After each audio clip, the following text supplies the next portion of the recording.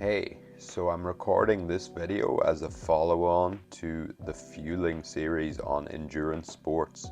So we covered the fueling before our performance, but now we're going to look at what we should do whenever we're actually within the performance and we're actually doing our event. Because whenever we're doing our long distance events, and that's anything over around 70 minutes, we're going to be kind of running out of our stored glycogen, or kind of those sugars that are kind of stored energy that are our muscles' preferred energy source. So it's going to be really, really important for us to really peak our performance by topping up those stores, because this is, like I say, our body's preferred substrate for high intensity effort.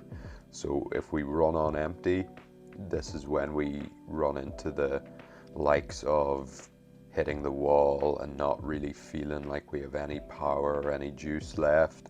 And that can be completely a nutritional thing, can be completely avoided if we get our fueling strategy right. So whenever we look at the research, we can see that for every hour of this kind of high intensity activity, if we can take on between 30 to 60 grams of carbs per hour, then that's going to be great. Now that can come through our variable sources of carbs. So it can be through the likes of jellies, foods that you actually eat, bananas, those types of things, or depending on the style of, competition, whatever you might be doing.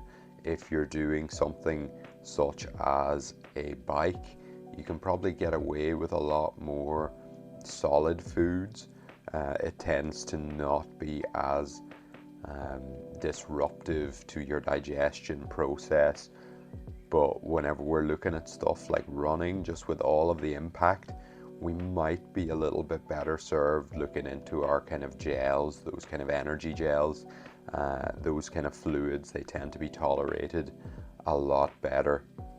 We can also use our sports drinks, kind of isotonics, those types of drinks, because they're going to have the added advantage that we're not only getting those sugar stores topped up, but we're also actually going to be getting our kind of hydration and getting our fluids replenished as well. And that's kind of like the raw numbers whenever it comes to our sugars. The other side of our intra race fuel, as I kind of mentioned, is going to be your hydration as well. And for our hydration, we're going to look for around about half a litre to 800 mils of water, ideally. Or, like I say, you can even include stuff like your isotonic drinks within that as well. We're going to try and sip through that. We don't try to gulp.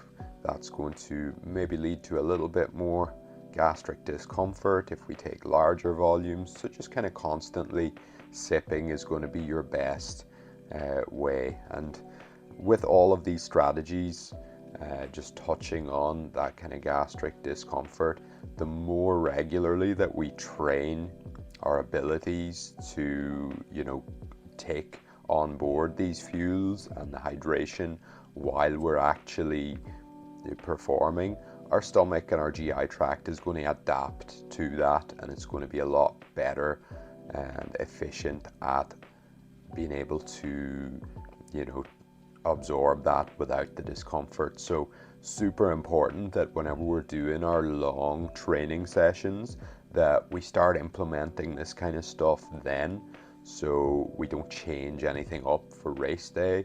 And whenever it's actually race day, this should be just what your body's used to doing anyway. We've kind of rehearsed this multiple times before.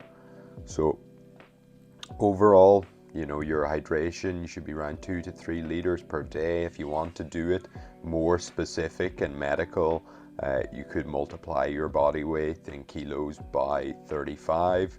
and that'll be how many mils that your kind of baseline is, and from there then 500 to 800 mils per hour of activity, and that would be your hydration.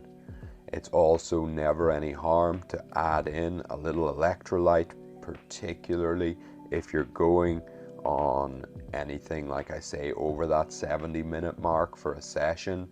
That's just going to help you to replenish those hydrations, because your electrolytes are going to help with that kind of fluid balance.